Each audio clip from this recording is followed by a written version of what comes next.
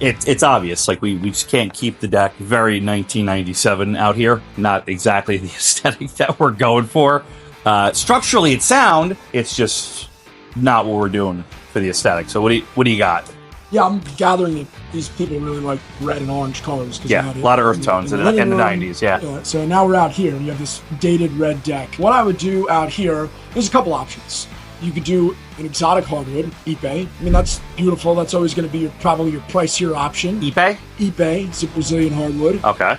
But there's another product, new to the U.S. It came from the U.K. It's a generational family, third generation company. Yeah. Product's called Millboard, right?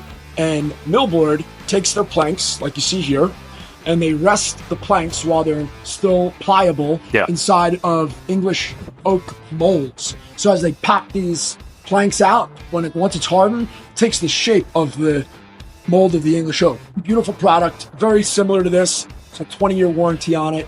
So cool. You're good. It would go great with the pool. All right, awesome.